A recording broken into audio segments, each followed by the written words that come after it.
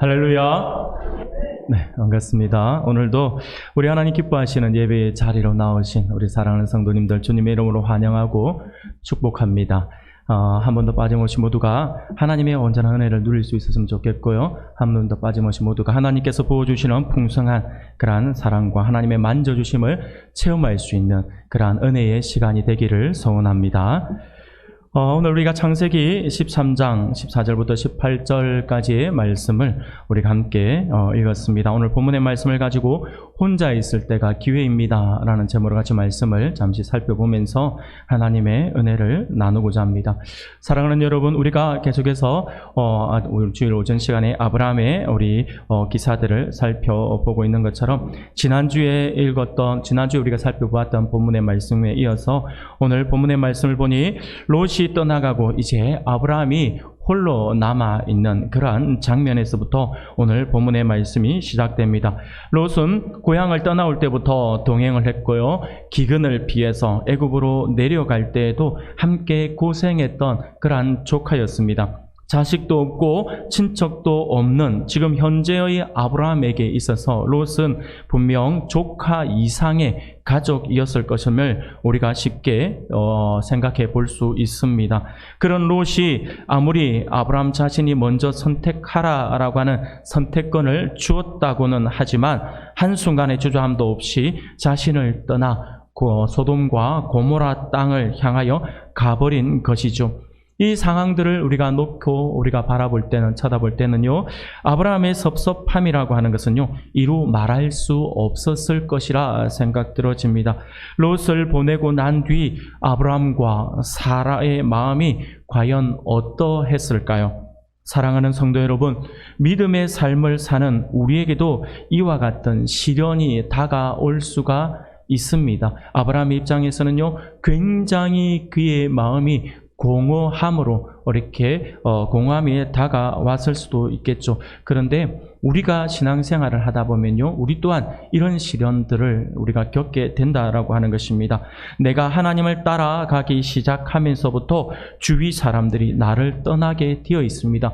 예전에 그냥 그렇게 저렇게 그냥 주일 한번 예배만 드리고 말았다라고 하는 그러한 삶을 살고 있었던 나였다라고 한다면 별반 차이는 없겠지만, 내가 하나님의 은혜를 경험하고 나서 이제 내가 더 하나님 앞에 집중하고 하나님의 예배 중심의 삶을 살아야겠다라고 하는 그러한 삶, 그러한 각오를 하고 그러한 삶으로 나아가는 그 순간부터 우리 주위를 돌아보면요, 주위의 사람들이 나를 떠나가게 되어 있습니다. 친하게 지냈던 친구들이 나를 이해하지 못하는 거예요. 그냥 예전처럼 일요일에 한 번만 나가면 되지, 뭐를 갖다가 새벽에도 나간다 그러고 수요일도 나간다 그러고 뭘 그리 교회 모임 때마다 가려고 하느냐, 너 예전에 안 그랬지 않느냐, 꼭 그렇게 꽉 막혀 있는 그러한 삶을 살아야 돼라고 하는 그러한 핀잔을 주기도 한다라고 하는 것이죠.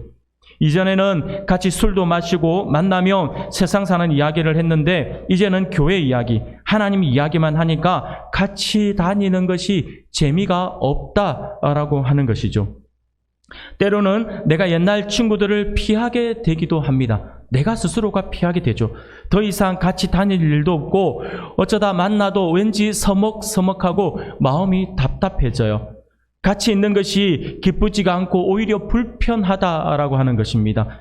친구들은 자기들이 하고 싶은 이야기, 농담, 짓궂은 장난을 치고 싶어서 치고 싶은데도 불구하고 나의 눈치를 보면서 그렇게 하지 못합니다.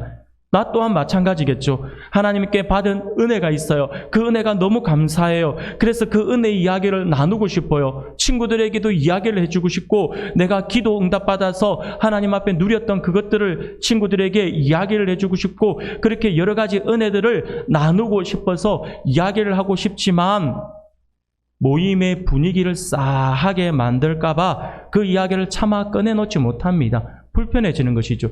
친구들이 나누는 농담에 끼어들기도 애매한 것 같고, 그렇다고 내 이야기만 하게 되면 그 친구들 술 마시면서 노는 그 친구들, 우리 갑분싸라고 아시죠? 이 분위기를 갑자기 싸하게 만들어 버릴 수가 있다라고 하는 것이죠. 그렇기 때문에 스스로가 그 말들을 자제하게 되는 거예요. 그러다 보면 자연스럽게 이런 모임들에 대해서 내가 잘 나가지 않게 되어 있겠죠. 사랑하는 여러분, 그런데 이런 갈등들은요, 친구들 안에서만 일어나는 갈등들이 아니에요.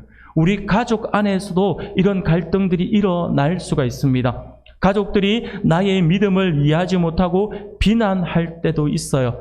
그러다 보면요, 영적으로 내가 이상 가족이 된 것 같은 그러한 묘한 기분에 빠질 때도 있다라고 하는 것이죠.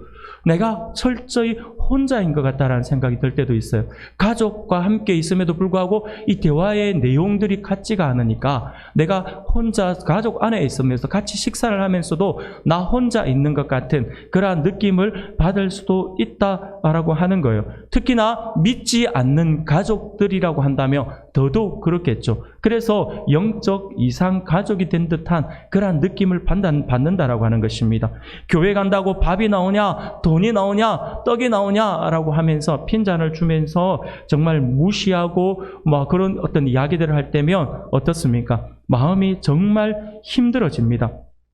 그런데 이 문제가 여기서 끝나버리면 되는데 이것이 묘하게도 우리가 교회에 와서 예배당에 앉아 있음에도 불구하고 이 문제가 해결되지 않을 때도 있다라고 하는 거예요. 교회에 나왔음에도 불구하고 교회 안에 있음에도 불구하고 이 외로움이 해결되지 않을 때가 있습니다. 함께 믿음의 삶을 살고 있는 형제 자매들을 만나면 외롭고 힘든 시간이 극복될 줄 알았는데 예배당에 나와도 외로움은 여전히 있는 것 같이 느껴질 때가 있다라고 하는 것이죠. 처음에는 좋은 것 같았지만 어느 정도 시간이 지나면 서로가 마음을 닫아버리는 거예요. 그건 더욱더 깊이 있는 이야기들은 하지 않게 되고 갈등하고 서로 오해하기만 하는 경우도 있다라고 하는 것이죠. 어떤 사람들은요, 막 사람들의 어떤 문제들에 대해서 알려고는 많이 하는데 정작 자기는 철저하게 방어를 해서 자기 이야기는 하지 않고 상대방의 이야기만 자꾸 들으려고 하는 거예요. 들으려고만 해요. 그렇게 듣고 나서 문제 해결도 안 되는데 자꾸 그렇게 하려고 하는 분이 있죠. 몇 번 이런 것들을 당하게 되면 왜 나는 이야기를 하는데 상대방은 왜 나한테 자기의 속내를 이야기하지 않지? 라는 생각을 하게 되면 어떻게 되나요? 그때부터는 마음의 문을 닫게 되는, 이분과의 대화는 딱 여기까지구나 라고 하면서 대화를 더 이상 전진해 나가지 못하는 경우들이 많이 있다라고 하는 것입니다. 교회 안에 와도 어떻게 보면 갈등은 여전히 있을 수도 있고요, 오해를 계속 살 수도 있다라고 하는 것입니다. 그러다 보니 어떤 경우에는요, 서로 인사는 하지만 그 인사가 형식적이 되어버리는 경우도 있습니다.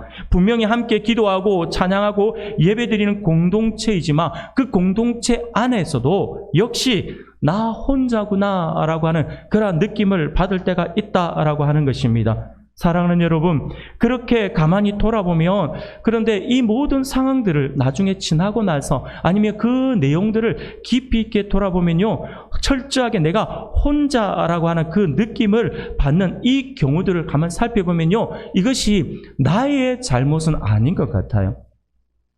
그리고 또 보면요, 그것은 그렇다고 해서 상대방 누군가의 잘못도 아닌 것 같아요. 물론 서로 간에 갈등이 있었을 때는 누구의 잘못이 있고 나의 잘못이 있어서 서로 간에 이렇게 안 맞는 경우도 있지만 그런 것이 없는데도 불구하고 내가 어느 날은 혼자 있는 것 같은 느낌을 받을 때가 있다라고 하는 것이죠. 이것은 나의 문제도 아니었어요. 상대방의 누군가의 문제도 아니었다라고 하는 거예요. 그러면 이것은 무엇인가? 라고 하니까 묵상을 해보면요, 알 수 있는 것이 있어요. 뭐냐 하니까 어느 누구의 잘못도 아닌 하나님께서 그렇게 만드시는 경우가 종종 있다라고 하는 거예요.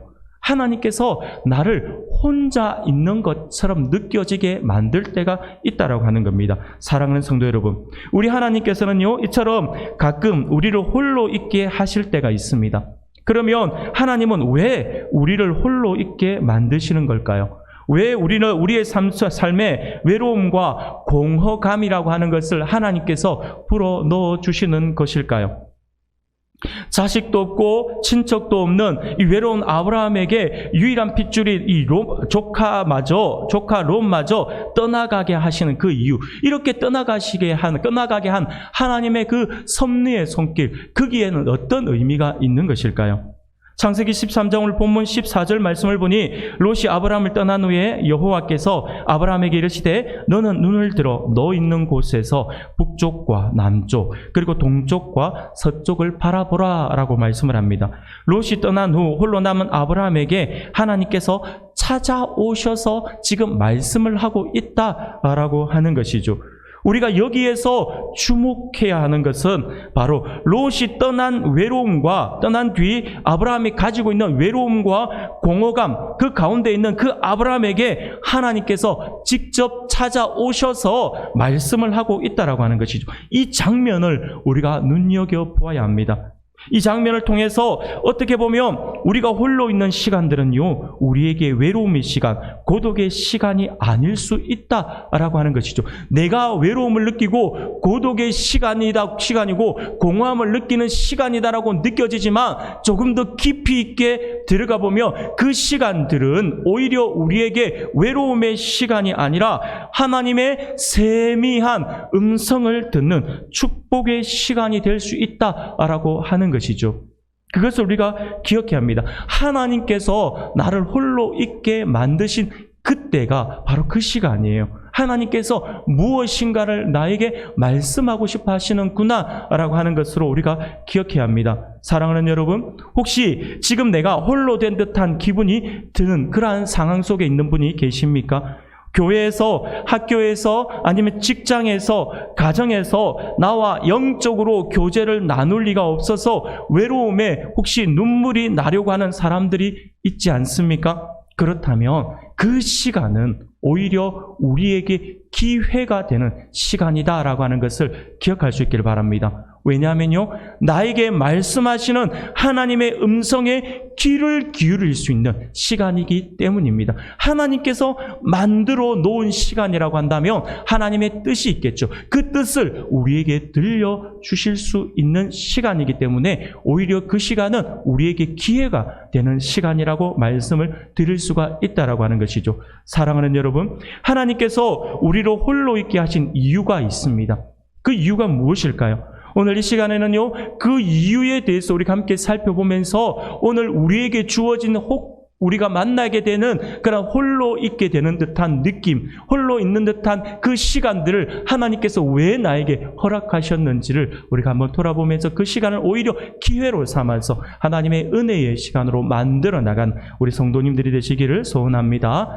사랑하는 성도 여러분, 하나님께서 우리를 홀로 있게 하신 이유가 무엇일까요? 그 이유는요, 오늘 아브라함의 모습을 통해서 두 가지 정도를 알 수 있는데, 첫 번째가 무엇이냐니까 하나님의 음성을 들려주기 위해서다라고 하는 것입니다. 사랑하는 여러분, 어떻게 보면 홀로 있는 시간은요, 축복의 시간이라고 할 수 있어요. 은혜와 감동의 시간일 수 있습니다. 그동안에는 분주함으로 하나님의 음성을 제대로 듣지 못하고 살아오고 있는 것이 우리의 모습일 수도 있어요. 예배당에서도 교제라고 하는 명분으로 많은 성도들과 함께 이야기하고 어울리면서 그렇게 지내지만 정작 하나님의 음성을 듣기보다는 사람들의 말을 듣는 데에만 우리가 더 집중하고 있다라고 하는 것이죠. 조용히 앉아서 하나님의 세미한 음성을 들을 시간이 없을 만큼 우리는 지금 우리의 모습을 한번 돌아보십시오. 그럴 시간이 없을 만큼 우리는 너무나도 분주하게 살아가고 있습니다. 그래서 하나님께서는요, 우리를 홀로 있게 하시는 것이다라고 할 수 있습니다. 그러므로 우리에게는요, 혼자 있는 시간이 필요합니다.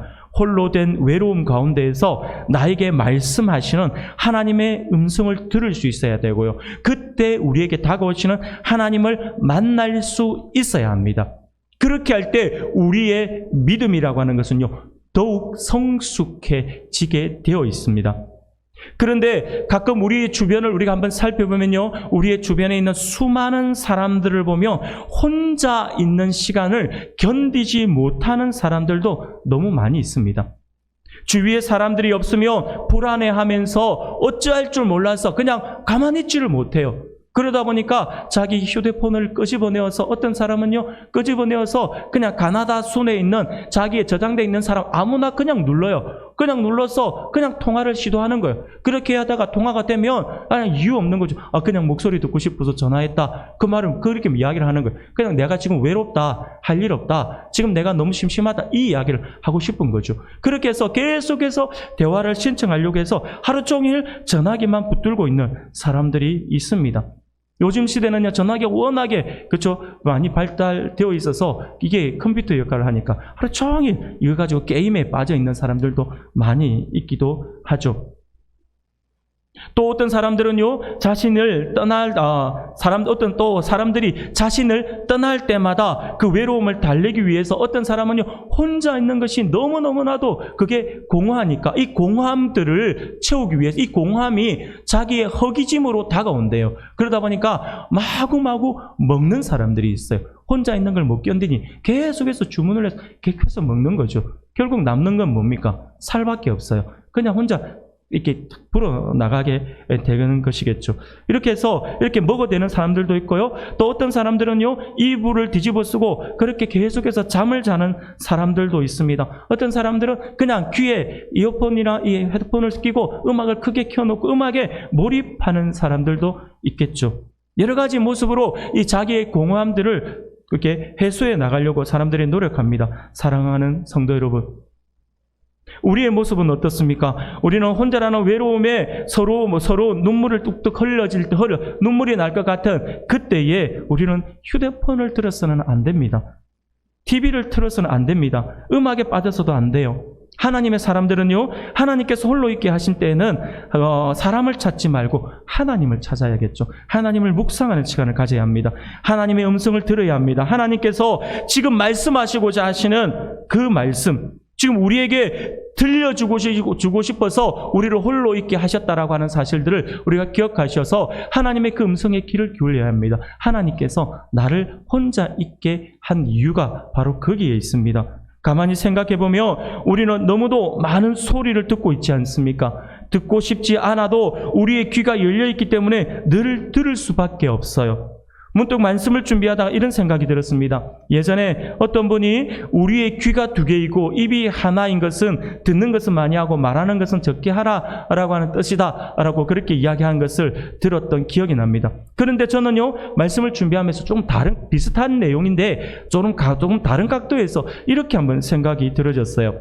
하나님께서 우리의 귀가 항상 열려 있고 우리의 입은 항상 열 수 있고 닫을 수 있게 하지 않았잖아요. 입은 열 수 있고 닫을 수 있지만 귀는 내가 뭔가 맞기 전까지는 귀는 항상 열려 있잖아요. 그래서 이 부분들에 대해서 문득 하나님께서 이런 마음을 주셨어요. 귀가 항상 열려 있는 것은 듣는 것은 항상 즐겨하라라고 하는 그러한 뜻이구나라는 생각을 해봤어요. 그러면 입술이 열리고 닫히는 것에 대해서는요, 말하는 것은 시도 때도 없이 무조건 하고 싶은 말들 다 내뱉지 말고 할 때는 하고 닫을 때는 닫아라라고 하는 의미가 아닐까라는 생각이 들어지더라고요. 사랑하는 성도 여러분, 그렇습니다. 우리는요, 항상 듣는 것을 즐겨해야 하는 존재입니다. 귀가 항상 열려 있기 때문이죠. 그런데 가만히 생각을 해보니 오늘 우리 시대는요, 너무나도 예전 과거에 비해서 오늘 지금 우리 시대는 너무나도 이 들려온 잡음이라고 해야 될까요? 소음이라고 해야 될까요? 그런 이야기들, 그런 소리들이 너무나도 많이 들려오게 됩니다. 우리의 귀는 항상 열려 있다 보니 너무도 정리되지 않은 많은 소리들로 인해서 정작 필요한 소리를 듣지 못할 때가 너무나도 많아서 정말 필요하게 들어야 되는 소리들을 우리가 놓치고 살아가는 경우가 많이 있습니다. 가끔은 우리의 귀에 들려오는 그 소리를 우리는 한번 차단해 볼 필요가 있을 것 같아요.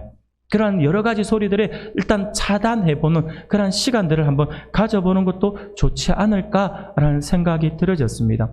사랑하는 여러분, 저는 그런 시간들을 가끔 가지는 것을 즐겨야 합니다. 그래서 저는 가끔 가다가 요즘에 날이 추워서 잘 못 가는데 가끔 가나안 수양관에 올라가서 기도하는 시간들을 가집니다. 수양관 밖으로 올라가서 제가 즐겨가는 기도 바위가 있는데 그 바위에 올라가면요, 그 밑에 산자락 아래에 있는 저 멀리에 있는 김해 이런 데까지 다 멀리 보이는 산들 밑에 마을들도 보이고요. 그냥 가슴이 뻥 뚫리는 것 같아요. 그것에 앉아서 이렇게 기도하다 한다고 이렇게 앉아 있으면요, 다른 사람들의 기도 소리가 막 들려와요. 그리고 새 소리도 들려오고요. 바람 소리도 들려오고 바람에 의해 나뭇가지가 흔들리는 소리, 그것들이 들려옵니다. 그런데 그 외적인 부분들은 들려오지가 않습니다. 소음 소리나 자동차 경적 소리, 사람들이 떠드는 소리들은 들리지 않습니다. 그렇게 산에 올라서 기도하고 또는 하나님이 만드신 세상을 바라보면서 묵상하다 보면요, 어느 순간 하나님께서 저에게 세미한 음성으로 다가오실 때가 많이 있습니다. 그렇게 다가오셔서 저에게 음성을 들려주십니다. 제가 고민하던 것 아니면 계획하던 것을 하나님께서 이렇게 하면 어떨까라고 하는 하나의 비전과 하나의 그림을 그려주실 때가 많이 있습니다. 그러면서 이렇게 하면 되겠구나 라고 하면서 그렇게 기쁜 마음으로 내려올 때가 많이 있습니다. 사랑하는 성도 여러분, 우리가 가끔 혼자라는 생각이 들 때면 하나님께서 우리에게 혼자 있는 시간을 허락하셨다라고 하는 것을 깨닫고 조용히 하나님 앞에 엎드리거나 앉아서 묵상하는 시간을 가질 수 있기를 바랍니다. 그렇게 하다 보면 분명 이전에 듣지 못했던 하나님의 세미한 그런 음성을 들려지게 될 것입니다. 그 외로움 가운데서 듣는 주님의 말씀이 나를 새롭게 하고 성장시키게 된다라고 하는 사실을 반드시 믿으시길 바랍니다. 사랑하는 성도 여러분, 성숙한 믿음의 사람이 되기를 원한다면 하나님 앞에 홀로 머무는 시간들이 반드시 필요합니다. 우리에게는 그 시간이 반드시 필요해요. 그래서 새벽 시간일 수도 있고요, 저녁 시간일 수도 있어요. 그렇게 해서 와서 그냥 하나님 앞에 기도한답시고 앉아가지고 내가 아뢰일 것만 따다다다다다 하고 가시지 마시고, 하나님 잘 들었죠? 그러면 저는 믿고 갑니다 하고 가지 마시고 하나님 앞에 아뢰시고 하나님께서 나에게 어떤 음성을 들려주실까라고 한 그 음성에 한번 귀를 기울여보는 시간들이 가져볼 수 있기를 바랍니다. 그러면 하나님은 반드시 우리에게 말씀을 들려주시게 되어 있습니다. 침묵하며 하나님의 음성에 우리가 귀를 기울이는 그 시간은 반드시 우리에게 필요합니다. 여러분 혹시 이재철 목사님이라고 아시나요? 이재철 목사님께서 쓰신 책 가운데 목사 그리고 목사직이라고 하는 책이 있습니다. 이 책을 보면요, 이 책은 오늘날 우리 시대의 목회자들에게 7가지 질문을 던지면서 이 책의 내용을 이렇게 이야기를 합니다. 그런데 이 책에서 오늘 우리가 나누는 말씀과 굉장히 유사하게 연관하여서 목회자에게 들려주는 하나의 질문을 하나 하고 있습니다. 그게 뭐냐면 목회자에게 나는 얼마나 자발적으로 고독한가 라고 하는 것이죠.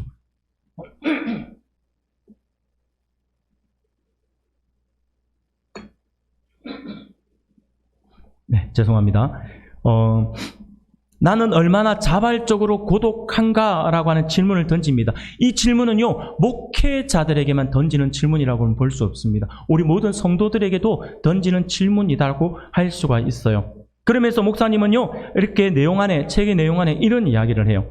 하나님께서는 당신의 종들이 서로 힘을 합쳐 연대하게 하지 않았다라고 하는 것이죠. 연대하는 것을 하나님께서 기뻐하지 않는다가 의미가 아니에요. 왜 이런 이야기를 하게 됐냐면요, 오히려 그들이 가야 할 각자의 길을 고독하게 홀로 걸어가게 하셨다. 왜냐하면 인간은 어느 누구 혹은 어느 집단과 연대하는 순간부터 눈에 보이지 않는 하나님보다 가시적이면서 현실적으로 체감 가능한 인간 연대의 힘을 더 의지하기 마련인 까닭이다 라고 이야기를 합니다. 무슨 말씀인지 아시겠습니까? 우리가 연합해서 하는 것들은 굉장히 중요합니다. 연합해서 하면서 하나 되어 하는 것은 굉장히 중요해요. 이것은요, 없을 수가 없고 하나님께서 원하시는 거예요. 그런데 이 연합하려고 하는 것들을 선하게 긍정적으로 바라보아야 하는데, 사람이라고 하는 것이 굉장히 연약한 존재잖아요. 연약한 존재이다 보니까 이 연대해서 하다 보면 내가 할 수 없는 부분들에 대해서 나와 함께하는 그들이 있기 때문에 그들을 더 믿고 의지한다라고 하는 것이죠. 그런 순간 하나님 앞에 엎드리는 시간이 줄어들게 되어 있다라고 하는 것입니다. 그렇기 때문에 이 연대가 내가 하나님을 의지하는 어떤 시간보다 그 사람을 의지하는 그 마음들이 먼저 든다면 이 연대는 하나님께서 기뻐하지 않는 거다라고 하는 것이죠. 하나님께서는요, 철저하게 하나님만 의지하고 하나님만 바라보기를 원하신다라고 하는 그러한 이야기입니다. 사랑하는 성도 여러분, 하나님께서는 우리를 홀로 있게 하신 것은 오히려 이제 하나님과 본격적인 교제의 시간을 가질 수 있는 기회를 제공하고 있는 것입니다. 혼자 있게 하셔서 외로움이 느껴지게 하시고 공허함이 느껴지게 하셔서 하나님께서 그렇게 하신 것은 그래, 이제부터 나하고만 단독으로 이야기해보지 않을래? 라고 하는 그러한 의미다라고 하는 것이죠. 사랑하는 우리 성도 여러분, 하나님께서 그 기회를 주고 있는 거예요. 나하고 1대1의 대화를 하나님께서 신청하고 있는 것이다라고 하는 것이죠. 홀로 된 아브라함에게 찾아와서 말씀하시는 하나님께서 오늘 우리들에게도 동일하게 말씀하고 계십니다. 그래서 홀로 있는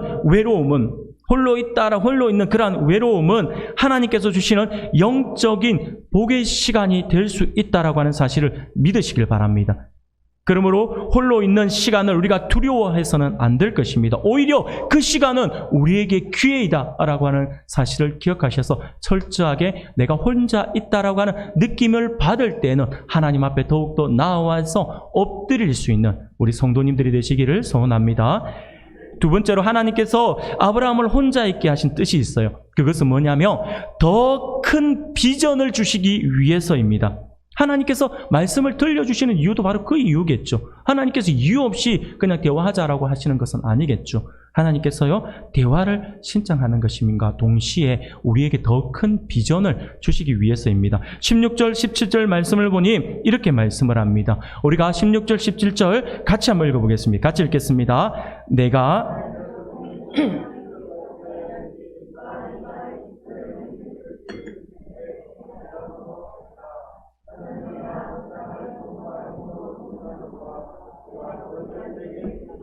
아멘. 이 말씀은요, 우리가 가만히 보면 이 말씀 지금 여기에서 처음 하시는 말씀이 아니에요. 12장에서 하나님께서 이미 아브라함에게 하셨던 언약이었습니다. 다시 말해서 하나님의 언약에 대해서 재확인을 해주고 있는 장면입니다. 하나님께서 하신 그 언약에 대한 재확인을 하시면서 동시에 좀 더 구체적인 비전을 제시하고 있는 것이죠. 이것이 하나님의 방법입니다. 그런데 여러분, 하나님께서는요, 홀로 있는 아브라함을 위로하지 않으셨어요. 많이 힘들지, 많이 외롭지 라고 하면서 하나님께서 그를 만져주시면서 그를 위로할 것 같은데 하나님께서 지금 위로하고 있지 않습니다. 걱정하지 마, 내가 너와 함께 있잖아 라고 하는 말씀을 하고 있지 않아요. 하나님께서는 아브라함에게 위로 대신에 더 큰 비전을 주고 있다라고 하는 것입니다. 내가 너에게 더 많은 자손을 주겠고 더 많은 땅을 주겠다라고 약속하시면서 일어나 그 땅을 종과 횡으로 걸어보라라고 말씀을 하고 있습니다. 사랑하는 성도 여러분, 하나님께서 나를 홀로 있게 하신 이유는요, 하나님의 말씀을 들려주고 그 말씀을 통해서 더 큰 비전을 품을 수 있게끔 하나님께서 그것을 주시기 위해서 우리를 홀로 있게 하신 것이다 라고 하는 것을 기억할 수 있기를 바랍니다. 반모섬에 유배된 사도 요한은요, 그 홀로 된 순간에 하나님께서 주신 더 큰 비전을 그가 보았습니다. 그것이 요한 계시록에 기록되어 있는 말씀입니다. 홀로 된 순간에 하나님께서는요, 철저하게 홀로 되어 있는 그 순간에 이전에 보지 못했던 더 큰 비전을 하나님께서 보게 하셨다라고 하는 것입니다. 홀로 남은 시간에 사람을 그리워하고 외로움을 잊으려고 몸부림치지 말고 하나님께서 나에게 주셨던 비전을 우리가 재확인하고 더 크고 구체적인 비전을 보여주시는 하나님의 역사를 체험할 수 있기를 바랍니다.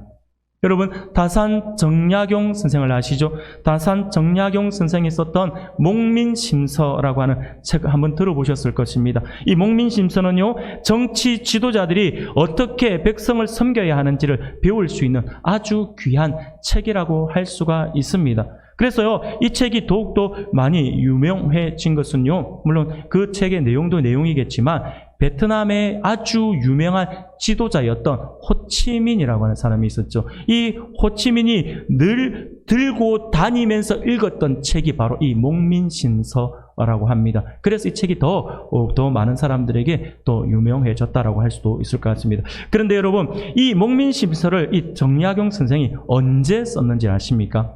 이것은요, 조선 순조 때에 정약용 선생이 전남 당진으로 유배 갔을 때 썼어요. 철저하게 혼자 고립되어 있을 때 혼자 유배 생활을 하면서 그곳에서 썼던 것이 바로 이 목민심서입니다. 귀양 가는 그 어려움과 고통의 시간에 그는 오히려 민족과 백성을 위한 목민심서라고 하는 그런 위대한 책을 썼다라고 하는 것이죠. 사랑하는 성도 여러분, 혼자 남았다고 좌절해서는 안 됩니다. 하나님의 백성은 더더욱이 그래야겠죠. 외롭다고 눈물을 흘리지 말고 오히려 믿음의 눈으로 하나님께서 보여주시는 더 큰 비전을 볼 수 있는 하나님의 백성들이 되기를 소원합니다. 롯은요, 육신의 눈을 들어 눈에 보이는 좋고 기름진 땅, 그러나 곧 망하게 될 소돔과 고모라를 택하여 갔지만 아브라함은 믿음의 눈을 들어서 지금은 보이지 않지만 곧 눈으로 보게 될 비전을 취했다라고 하는 것입니다. 사랑하는 여러분, 이것이 믿음의 사람과 세상 사람의 차이입니다. 믿음이 있는 사람과 믿음이 없는 사람의 차이라고 할 수 있겠죠. 여러분, 지금 혹시 어떻습니까? 혹시 힘들고 외로운 상황 속에 있는 분이 계십니까? 하나님께서는요, 아브라함에게 눈을 들라라고 하셨습니다. 그리고 너 있는 곳에서 동서남북을 바라보라고 말씀하셨어요. 지금 아브라함이 있는 곳이 어디입니까? 조카 롯이 떠나간 외로움의 자리였습니다. 주님은 오늘 우리들에게도 말씀하십니다. 지금 있는 그 외로움과 고통의 자리에서 눈을 들라라고 말씀을 합니다. 나의 연약한 모습을 보지 말고 하나님께서 주시는 놀라운 비전들을 바라보라라고 말씀을 하고 있습니다. 사랑하는 성도 여러분, 기억할 수 있기를 바랍니다. 홀로 된 시간은 하나님께서 주시는 축복의 시간입니다. 사도 요한이 밤모섬에서 요한계시록을 요한계시록의 그 비전을 보았던 것처럼 다산 정약용 선생이 유배 생활 중에서 목민심서라고 하는 위대한 책을 저술했던 것처럼 홀로 된 시간에 더 큰 비전을 볼 수 있는 믿음의 사람들이 되기를 소원합니다. 믿음의 눈을 들어 나를 통해 이루실 하나님의 놀라운 역사를 바라볼 수 있는 우리 성도님들이 되시기를 소원합니다. 사랑하는 여러분, 여기에서 우리는 또 반드시 한 가지 사실을 또 우리가 주목하여 보면서 기억해야 될 것이 하나가 더 있습니다. 그것은 무엇이냐니까 바로 하나님께서는요, 우리들로 하여금 홀로 남아있는 시간에 예배하는 백성이 되기를 원한다라고 하는 것이죠. 잘 기억하셔야 합니다. 하나님은요, 철저하게 예배의 사람을 찾으시거든요. 그래서 내가 혼자 있는 것 같은 느낌을 받을 때마다 내가 하나님을 찾고 예배하는 사람이 되어야 됩니다. 하나님은 그걸 원하세요. 18절 말씀을 보니 이 아브라함이 장막을 옮겨 헤브론에 있는 마므레 상수리 숲풀에 이르러 거주하며 거기서 여호와를 위하여 제단을 쌓았더라라고 말씀을 합니다. 하나님의 비전을 받은 아브라함은요, 장막을 옮겨 헤브론에 있는 마므레 상수리 숲풀에 이르러 거하며 거기에서 여호와를 위하여 제단을 쌓았다라고 말씀을 합니다. 여기서 여호와를 위하여 제단을 쌓았다라고 하는 말이 무슨 말입니까? 바로 오늘날 우리에게 적용한다며 예배했다라고 하는 것이죠. 하나님 앞에 예배를 우선적으로 했다라고 하는 거예요. 사랑하는 여러분, 홀로 된 시간에는요, 예배의 자리로 나올 수 있어야 합니다. 하나님께서 놀라운 약속의 말씀을 주셨나요? 그 기도를 통해서 하나님께서 나에게 어떤 새로운 비전을 주셨습니까? 그렇다면 그 비전을 품고만 있을 것이 아니라 그 비전을 가지고 예배의 자리로 나오셔야 합니다. 외로워도 예배의 자리로 나오셔야 되고요. 기뻐도 예배의 자리로 나오셔야 되고요. 하나님께서 나에게 비전을 주셔서 미래에 대한 큰 꿈을 가질 수 있다며 그것 또한 하나님 앞에 감사하면서 하나님 앞에 예배의 자리로 나아올 수 있어야 한다라고 하는 것이죠. 사랑하는 여러분, 그런데 우리가 여기서 현실의 모습을 한번 볼 필요가 있어요. 하나님의 큰 약속의 비전을 받았던 아브라함이지 않습니까? 하나님께서 동서남북, 네가 가는 곳, 네가 밟는 곳, 네가 보는 곳, 그것을 하나님께서 주시겠다라고 하는 어마어마한 복을 하나님께서 약속하셨지 않습니까? 그런데 지금 아브라함이 있는 곳이 어디입니까? 아브라함은요, 그 약속을 받아서 떠나서 간 곳이 헤브론이라고 하는 곳입니다. 그리고 헤브론에 있는 그런 마므레 상수리 숲풀에 지금 머물러 있다라고, 아무것도 없는 척박한 땅, 그 산기슭에서 지금 뭐 하냐라고 하는 것이죠. 여기에 우리 이 장면에 우리가 주목을 해야 된다라고 하는 거예요. 하나님께서 분명히 약속해 주셨어요. 굉장히 어마어마한 복의 약속을 해 주셨어요. 그런데 현실은 뭐냐라고 하는 거예요. 그래서 아브라함이 이동한 곳은 정말 롯이 떠나간 그런 적과 꿀이 흐르는 것 같은 그런 소돔과 고모라와 같은 그런 기름진 땅이 아니라 오히려 척박한 땅이잖아요. 그곳에 갔어요. 아니, 하나님께서 주셨는데 왜 나를 지금 이곳에 머물러 있게 하지? 라고 하는 그러한 좌절감이 아브라함에게 다가올 수 있다라고 하는 것이죠.